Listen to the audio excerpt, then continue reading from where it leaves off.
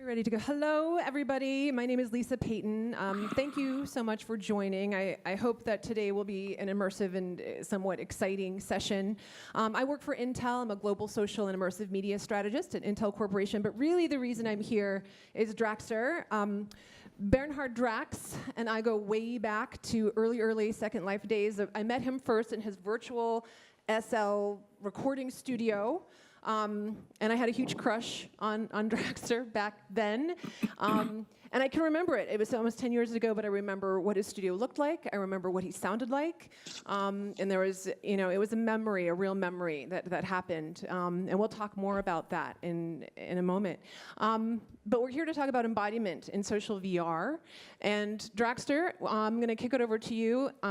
He's made an amazing film, full-length feature film on the work that we're going to be talking about today. It's on YouTube, freely available. I watched it last night again, and I recommend all of you watch it if you're interested in this topic. It's very, very well done, and it shows his true creative genius, I feel. So it's a good watch. And we're going to watch a trailer. So I'm going to kick it over. Thank you, Lisa, and I'm glad you disclosed this crush thing publicly. That's great. Now,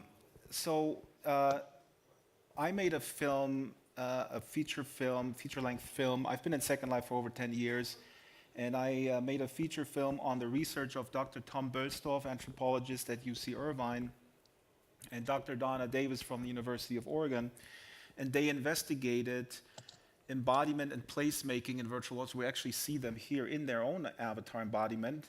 Tom, wave to the crowd. This is Tom, and this is Donna, and she's hooking up the Vive.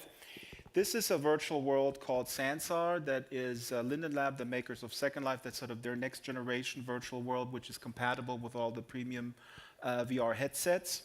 And my film, based on research that was came through a grant of the National Science Foundation, actually started in Second Life, and it followed 30 protagonists that express their disability or their entire life through their avatar and through making art in virtual worlds. Now we're going to watch a trailer to kind of set the scene, and then we'll talk to Tom and Donna. But what is fascinating about this research grant? So there was money available to send to these disabled folks premium headsets, Vives, Oculus.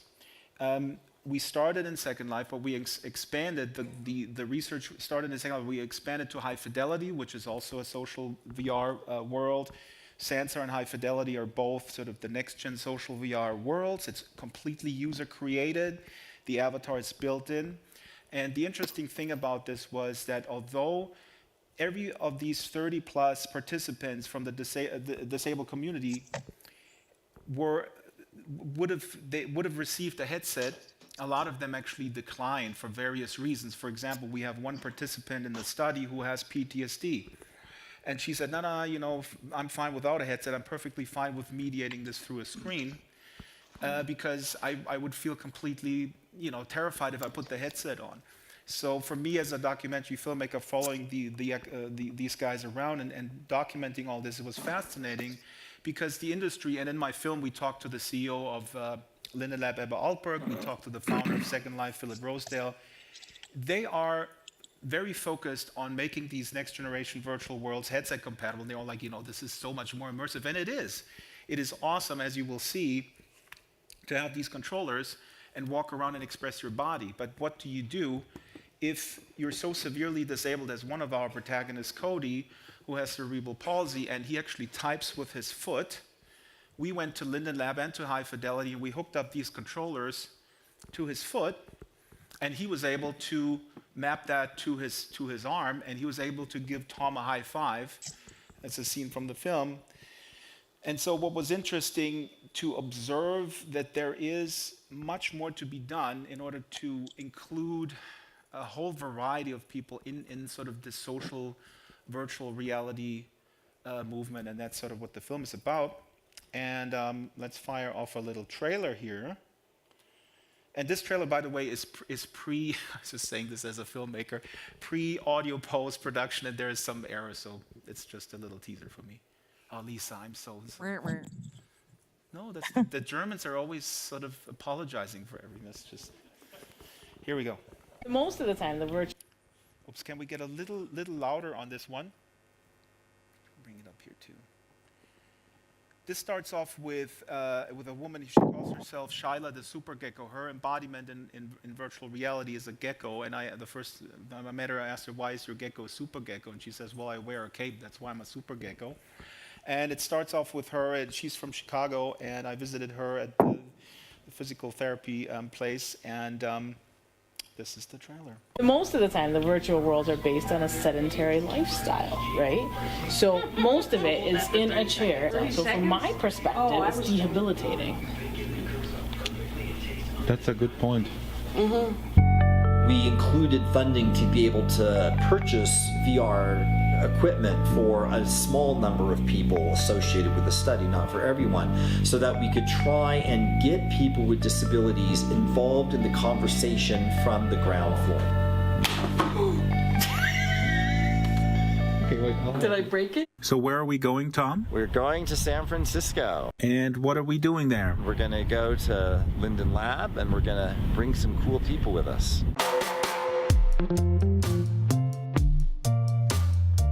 What if we tried putting one of these controllers on his foot? Because this is smaller and it's like a circle, and then it would move the avatar arm. There we go. High five. High five.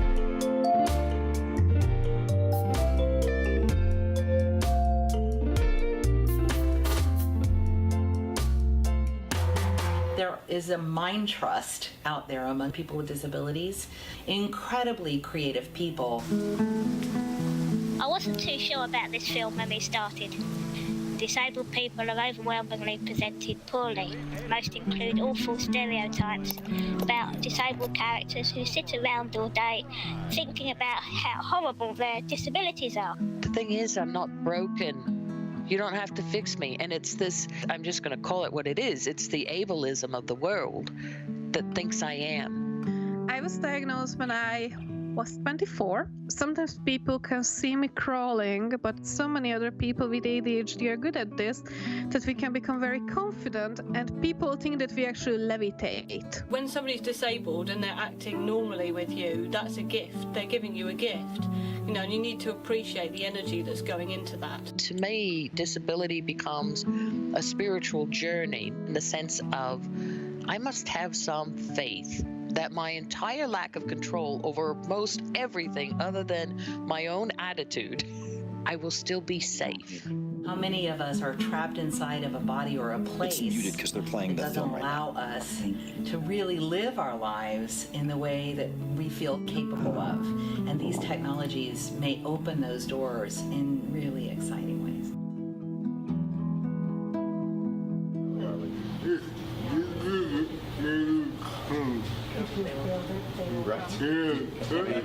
Maybe, unless you're too early. You know, I always love to say about startups that I find a depressing statement for a startup entrepreneur is that there's no discernible difference between being early and wrong. The movie is our Digital Selves, and at the very end you saw Philip Rosedale, founder of Second Life and CEO of High Fidelity. And that's an interaction between Cody, Cody says, if we build it, they will come. And you know, that's what people have been saying in the early Second Life days. Now, Second Life is very successful. I just want to throw that in there. But it's niche. It never sort of went where the press sort of predicted it could go, you know, to be the 3D web. And then Philip Rosedale says there's no discernible difference between being too early and being wrong. So that's a wonderful statement. Now, I'm going to go into virtual reality. Again, this is Sansar. This is Linden Labs New World. It's currently in beta. It's free. And Lisa, since I always talk too much, I'm standing out here so I can get questions. So we're going to take questions around this work. If you have any, please raise your hand and I'll come to you. We have a few questions. I have a few questions, but I'm very curious to see what you guys want to talk about. And we already have a question. I love that. So hold on. So Sorry. You'll be first. We have a question, Drax. Oh, we already have a question? We already do. I was going to say my embodiment is this wonderful dragon dude who is also like a journalist with a little microphone, sorry. And he was made by a French artist. And again, this is all user created, just like Second Life. You can grab these things. You can grab a Draxtor cup. You can throw it around. All right. So if we already have questions in the room, Tom Boellstorff, Donna Davis, the principal researchers of the study. Lisa is going with the microphone. I don't see anything. All right, I'm just going to jump in. Cool stuff. Anyway, I'm going to look into that. My question is, what do you see as the important criteria for being able to perceive an avatar as real? So your avatar is a dragon. It's a Rastafari dragon, which is amazing. But why can I look at it and think, oh yeah, that's a person? Ah, you mean the question is, if I understand it correctly, if that is a person or if that is me. Now, Tom, I'm going to throw it to you because Tom, of course, is quoted in the movie many times. Don't say this is real or this is fake. Talk about the difference between the physical realm and the virtual space. But I think the question is about how do we know, how can we tell that the people we encounter in these worlds are real people or are they NPCs or agents, I guess. Is that the question? Yeah. Okay. Tom? Sure. Can you hear me okay? Yeah. Oh, yeah. I hear myself, the echo. So, and great to see everyone. Well, just I guess one first thing I could throw in is there's a difference between sensory immersion and social immersion, right? And I wish you all could be here in the VR space with Drax and with Donna. I mean, it's just amazing to be in these three-dimensional spaces. But you can be I can high five with Donna, but you can be socially immersed with someone like Drax was saying, because of PTSD, they just want to use a screen. The earliest virtual worlds, and still many virtual worlds to this day, are actually nothing but text. So your avatar is nothing but a text description, but that can seem real because of the social immersion. And so I think it's really important to distinguish between sensory immersion and social immersion, because there's a lot of confusion out there nowadays about VR versus VW, virtual worlds and virtual reality, and what does VR bring to the table. And the reality or not of an avatar, it does not depend on, sort of how 3D it is, because our physical world bodies, we change all the time as well. You're not a blue dragon normally, but we do change those things. So to me, what makes something real is social immersion. Social immersion is what makes it real. And social immersion can be great with a 3D avatar like this, but we have plenty of data that you can have incredible social immersion with nothing but text, with a Facebook page, with those kinds of things. So the degree to which you think of an avatar as real is based on the social interaction, not on the visual part of it. Although the visual stuff is cool, I love it, but that's not what it depends on. Tom, awesome. In the interest of time, I'm going to throw it back and forth now to Donna, because I think also by the way, I see an alligator there in the back. This is, by the way, this is my podcast studio, which on the top is an entire village which you can visit. It's called 114 Harvest. But Donna, I think the person in the audience was also again talking about how do you know if I'm a bot or an agent? And the funny thing is, you guys were at the U.S. Congress presenting your research, and I was in here, and you had sort of people lining up out the door, popping on the Oculus, and they sort of teleported in here. And I remember they were saying, "Who are these people? Are they real, or are they Right. So how would you answer that question? I mean, I would say just talk to a person, and if that person responds in an intelligent way, it's not real. Well, I think that all the time when I present about this work in the physical world, and on the big screen or on a little screen, we'll be talking to people, and they never realize it's a real person until they speak and respond and interact with us. And then it's like, oh my gosh, that's a real person. So the other piece of that, in terms of the question about the avatar itself, is that we can choose our body, we can choose our identity in this space, and it really does reflect how we choose to express ourselves, not necessarily that I have 2 legs or 1 leg or no legs. It's about me being able to express who I am, what I want to look like in my interaction with you. So we have a super gecko, we have Daisy the alligator, and yet there are other people like me who wants to really represent my body as I am. Is Daisy the gator really out there? I can't see her. Go. She's right there. Daisy, come on in. Don't be shy. This is Daisy. You saw her in the trailer. Daisy's also in Second Life, and now she's in Sansar. She's building things. And Drax? She has her own experience. Yeah. Let me just add something that Donna mentioned that's very important about people knowing if an avatar is real. Is that so often people will base these things, like your example from Washington, D.C., on meeting someone for the first 5 or 10 seconds in world. And as an anthropologist, my previous research was in Indonesia, and I was studying sort of sexuality and outdoors, like we're doing stuff in parks. And if I met someone for the first time, I wouldn't necessarily know who they are. So people often confuse, how do you know if someone is real in VR or not, with how do you know when I've done this for only 15 seconds, and so I don't know. So for instance, Daisy just came. We don't have those questions about is she real or not because we've known her for a long time. So people get confused about how do I know if people in VR are real or not in virtual worlds compared, there you are. But compared to base that judgment when you only go into something for 10 seconds, 1 minute, really confuses the issue, right? And that's the same thing in the physical world. If I go to a shopping mall, I don't know who these but that's not because it's a virtual world. It's because I just got there. Mm-hmm. Are you ready for more questions? And Lisa, while you're gathering more questions, I just want to say, Daisy, are you real? Of course I'm real. I'm a real alligator. Yes. Special guest Always appearance. hungry. I love it. So I'm a good to see fan, you, Daisy. Daisy. We haven't met, but I'm a huge fan. I watched the film. No, thank you. Hey, it's nice to see some VR stuff when there's quite a lot of AR stuff here. I find that when I'm working with people who want to work in AR and VR, my first thing I tell them to do is go and put your get your VR hours in, because a lot of people want to make something and they've probably only had a headset on for 5 minutes. Yeah. As people who probably have got a lot of VR hours under your belt, probably especially in social VR, do you have any interesting emergent behaviors that you'd like to talk about that you've observed? Emergent behaviors, this is a question from the room. Tom, Donna? I'm not an academic. I don't even know what that means. It's a really interesting question. And I think that emergent behaviors are goodness, you can pick anyone. And in social VR, it's so much about relationships.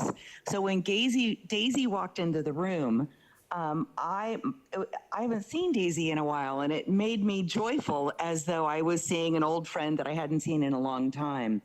And I think that as we talk about social media all the time and the way people spend time and space and place with others on social media, we have built relationships, and we've met Drax in the physical world on multiple occasions. I've never met Daisy, but I feel so close to Daisy.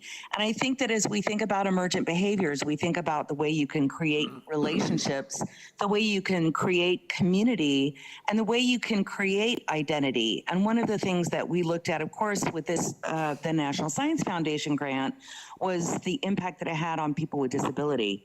And as we think about the future of work and we think about the future of community, when you can have these types of platforms where you can create an identity and be celebrated for what you bring to the platform, regardless of what you look like or what your maybe even physical skills would be, that you are able to shine creatively and intellectually in ways that sometimes the physical world simply won't allow. People like to pick things up and throw them around.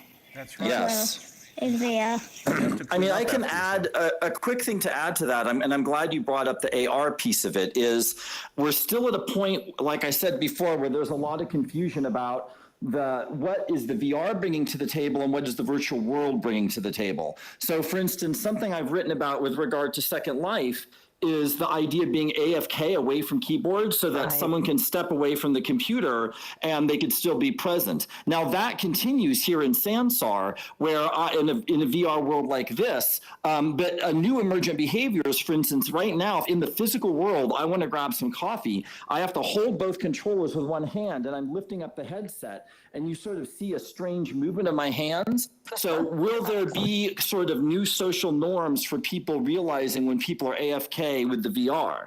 And something that there's those kinds of things. And stuff that Jeremy Bailenson has studied is this proxemics, like how close you might get to people, those kinds of effects. But a lot of the things are actually emergent behaviors about virtual worlds, not necessarily about the VR gear. And that's actually where the comparisons with AR could be very interesting, because there's a lot of mission creep or confusion where people will say something is because of the headset, the VR, but it's actually because of the virtual world. So like the stuff about how you can be embodied however you want, or if you have mobility issues because of disability, you can be together with someone. That is, I could be doing that with Sansar in the 2D desktop mode, right? The VR has nothing to do with that. But there are things the VR does make possible. So we're at a really interesting stage of parsing all of this stuff and figuring out what is what. Fantastic, Tom. And I don't see, of course, I'm shut off from the real world. I chose to escape into your world. I don't know what time it is, so Lisa is the timekeeper. We have time for another question here. Perfect. Let me throw in a quick one, and let's go around real quick. I have an audience question. Okay. Quickly. Hello, I'm interested in know what are the psychological effects of this kind of interactions? Have you measured it? And if there's any kind of improvement even in their physical rehab, for example? Great. Oh, that's a great question. And one add-on, which is also in the film, it's free on YouTube, Our Digital Selves. Tom talks about the promise, or no, Donna, actually, you talk about the promise and the peril, and that we always, or the mainstream media likes to talk about the peril, which we're not oblivious about. You know, there's addiction, all sorts of things, but we want to focus on the promise. So who wants to take that question about the reverberation into the physical realm? I can start. So I'm an ethnographer, I'm an anthropologist, I'm not a psychologist, and so I don't study those kinds of things themselves. But there is a huge, massive body of research already out there showing how VR or virtual worlds can have all kinds of interesting therapeutic effects as well as risks. And one example, just to separate VR and virtual worlds, people who are in hospitals who've been in fires, they're burn victims, they can put them into VR where it's like a cold, icy cave and it reduces their pain. But that has nothing to do with virtual worlds. It's not even connected to the internet, right? It's VR separate from virtual worlds. So there's all kind of data out there about sort of psychological possible benefits and risks. But for me as an anthropologist, what I'm interested in is culture and the social aspects of that. So for instance, just thinking about Daisy or about Solus, someone else from the film, or Daisy who's here right with us. Solus, who used to be a fashion designer, had to quit that work because of her disability, but in Second Life in Sansar can now design clothing, can in some cases sell that for money, but also have the satisfaction of seeing people wearing her fashion. Those are the kinds of benefits that psychologists will completely miss because it doesn't fit the normal definition of what you study as a psychologist. It is something that doctors and medical researchers will completely miss because it's not what they are looking for. They're looking for those other kinds of benefits, and those other kind of benefits are wonderful. I'm really glad people are studying them. There needs to be more study of them. But what we also need to study is how people might write novel science fiction in a virtual world and be able to recreate that in a virtual world, or do that example of the fashion example I gave from Solus, because there's a whole new frontier in these virtual worlds of possible benefit for people with disabilities, for everyone, that the psychologists are going to miss and that the medical experts are going to miss. I love them all to death, but we need to think about that social aspect too. I would add is that as we've talked to people with, not only people with disabilities, and it's a broad range of disabilities, we have several people that have been in our group who experience bipolar disorder, who are experiencing PTSD. There are a lot of disability, whether it's physical, visible or invisible. But even in the work that we did, Tom and I have worked with people with Parkinson's for the last 7 years, and we wrote on compulsive creativity, which compulsiveness is compulsive behavior is a side effect, they believe, of one of the drugs with Parkinson's. And people like Solus that Tom mentioned, and we have an architect and a number of people, that one of the things that is associated often with online activity is that compulsive behavior and being online, wanting to be online all the time, exaggerated by the effects of their medication or their disease. One of the things that we have found is that people with and when they have Parkinson's, they become compulsively creative. And this is a place where they can be infinitely and compulsively creative and they create amazing worlds, and they create amazing avatars, and they create amazing clothes and buildings and they have often said that it's also improved their quality of life because it gives them something so meaningful to do, as opposed to many other compulsive behaviors that may not be so productive. Oops. In the interest of that's fantastic. I have to look at the time. The question that I wanted to ask is, what can we learn from people with disabilities that sort of the so-called able-bodied people, folks, can sort of take away? Because, and we talked about this in the film as well, the problem with when you talk to the press, for instance, and you say like, oh, people with disabilities do amazing things in these virtual worlds, and then the press writes it up like, oh, look at those poor disabled people. They can't go anywhere, but here they have something to do. So I've done this now for over 10 years, and you do, Tom, much longer, and Donna as well. So we're always a little bit careful with that answer, because it falls into the stereotype that these worlds are basically, how should I put it, they're filling a need, they're filling sort of a gap in life, while they are actually much more. They're much more aspirational. You know, I'm an able-bodied person, and I even have a family, and I'm even married, and divorce is nowhere near, and I don't go in here to cheat or fill some sort of need, other than the need to socialize with people from all walks of life and be creative. You know, it's no different from sort of drawing on a blank piece of paper. Sure. So I can give a quick answer, and Don and I can both, I know you're getting short on time, but 30 seconds each.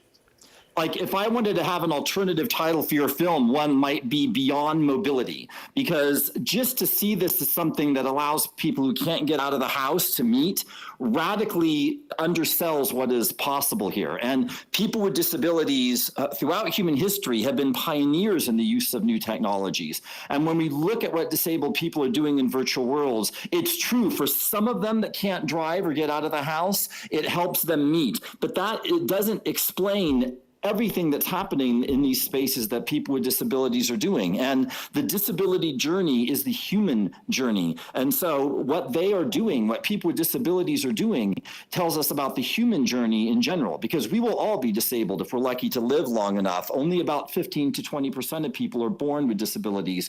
We mostly get them through life. So the disability is the human journey. And if I was going to give an alternate title to Drax's film, I would say it would be Beyond Mobility.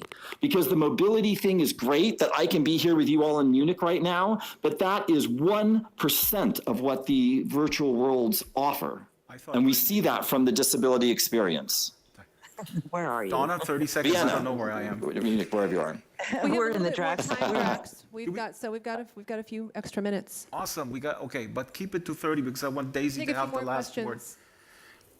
All right. My addition to that would be, see me. How many times are people with disabilities or any other variety of human experience invisible people? And I think that the people that we work with want to say, see me, and understand who I am as a human being. My disability is part of me, but it isn't all of me.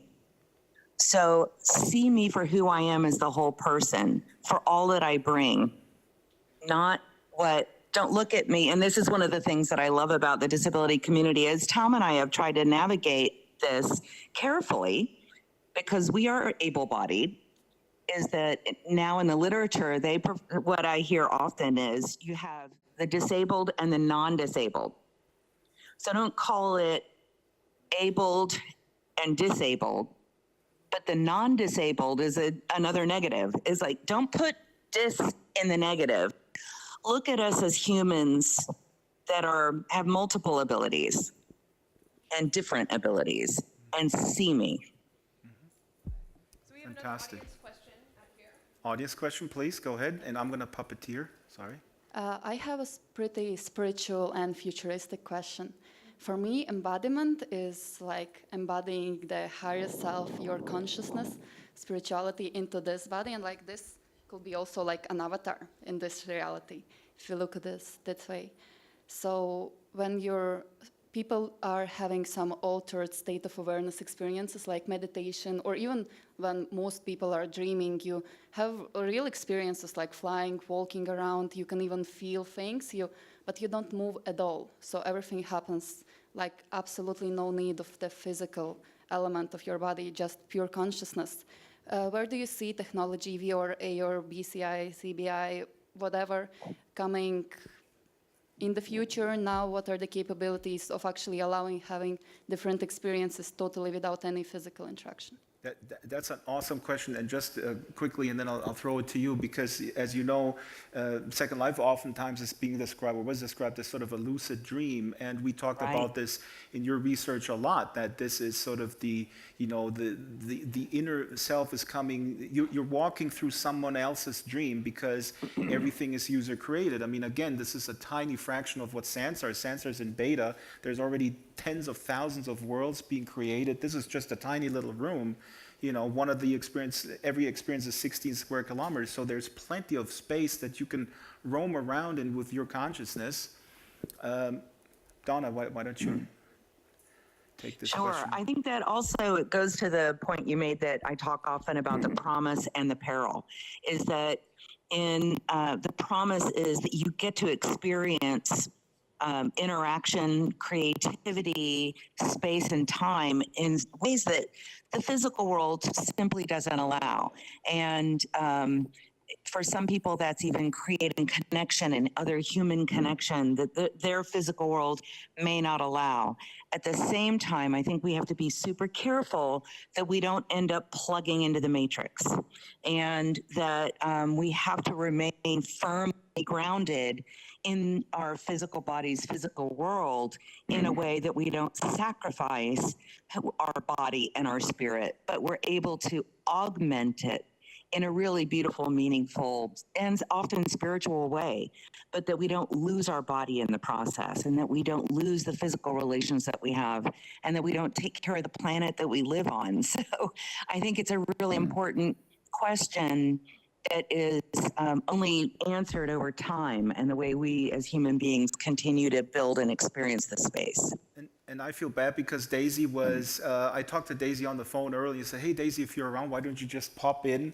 And it's awesome to have you. We're so short on time now. I feel really bad that we don't have you to chime in. On the other hand, you're such an important part of the documentary film. So people, please watch it, because Daisy is very eloquent on that subject matter as well. Daisy can share. We have a few minutes, Drax. Okay. The other speaker isn't here yet. Better bring up the audio a little bit, sound in the room, please. Elaborating slightly on what I said in the film, maybe. I think virtual worlds are great. Obviously, I spend a huge amount of time in them. My only concern, I suppose, is that it's a sort of bit of a cliche stereotype that all technology is, great for disabled people. Yep. And I like the idea that sort of disabled people themselves can decide whether really the technology is for them, rather than sort of have other able-bodied people sort of saying, oh yes, it's great, try this sort of thing. It's no different whether you're disabled or not disabled. Virtual worlds are great for everyone, I think. And I don't know that I'm entirely happy with the idea of people saying that, they're extra special for people with disabilities, because that does, it might be for a lot of people, really all they need is a bit of help to get out of their basements, rather than spending all day sat in their basement with a VR headset. I mean, not that isn't quite a lot of fun, but it might be that, for a lot of people with disabilities, they'd be better off if they had a bit more assistance to get out of their basements. Not everybody. So we are. I mean, But, as yeah, I've no, told Daisy- Drax, I live in a basement as well, actually, in real life. So let me just add a little bit to that question and just build on what Daisy and Donna both said. So the questioner, said about how virtual worlds, this is a spiritual experience. It's like a ludic dream. It can do all that. So to give a classic anthropological sort of response, virtual worlds are this amazing dreamlike experience unless they're not. They change the way you see the world, and they're a spiritual, powerful thing unless they're not. But because that is your experience doesn't mean that it's everyone's experience. And culture and human experience, this could be used as a way for people in call centers to be locked in basements and not be given fair wages. It also means that, as sort of building what Drax was saying, me being here in VR instead of traveling is about 1% of the carbon footprint. So we're helping reduce climate change by having me be here virtually, but it could also be used to avoid giving people health insurance. So these things are an amazing experience that transforms your life unless they're not. They are a place to experience new possibilities for your life unless they're not. And we have to be very careful about assuming that our experience is other people's experience. Right. That is sort of the number one thing of being an anthropologist, is learning about other cultures, other ways of being, and not cutting and pasting our experience onto other people's experience. And certainly disabled folks have experienced that so often of people doing that to them. And virtual worlds are incredibly open-ended, and there's incredible promise and peril. And so for me as an ethnographer, one of the most important steps, so one set of steps to do is about design. How do we design these things? But for me as an ethnographer, the other important thing is to listen, is to go out there and do field work and see what people are actually doing, and use that as a data set to try and get a better understanding of what that promise and peril might be, because people are doing it. Right. They're doing the good stuff and the bad stuff already. Right. That was actually quite informative because Daisy and I had many sort of off-screen, well, on-screen but not taped for the movie conversations, and I learned so much from Daisy, who is, you have such a nuanced way of being quite critical, while I might be oh, virtual worlds are so awesome, they solve everything, and you were sort of always putting the brakes on my enthusiasm, and I hope that went into the film a little bit as well, so it's that it's not, it's not a magic. Drax, we have to wrap it up. We have to wrap it up. I'm told from the physical room. I don't see anybody. Yes, thanks, Donna and everyone for joining. It's been wonderful. Thanks, and thanks Lisa. everyone in the room. Big applause for Thank you Daisy, for the Donna, great Trady, Tom. Thank you, Daisy. Our Digital Selves, the full-length film that documents this, is on YouTube for free. You can take a look at it there. I'm at Lisa Peyton. You can connect with me anytime, and Draxtor too if you have any questions. Thanks so much. Thank you, guys. Bye.